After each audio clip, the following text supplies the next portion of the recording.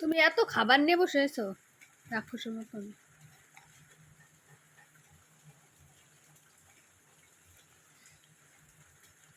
রাক্ষস অত খাবার খায় না।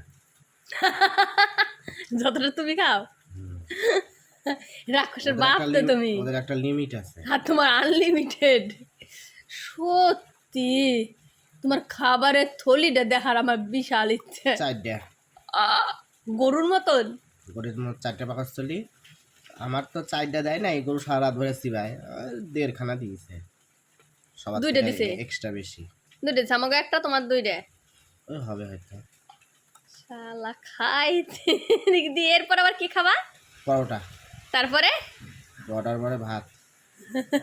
ওইখানে আবার সমাপ্ত না, ওর পরে আবার মা যদি রুটি আনে তাহলে রুটি, তাই তো? বাবা রে বাবা, খাই একটা। খাও। তা তুমি তো আগে বেশি রাক্ষস। রাক্ষসের বউ জানি, তাই রাক্ষস হয়ে গেছে।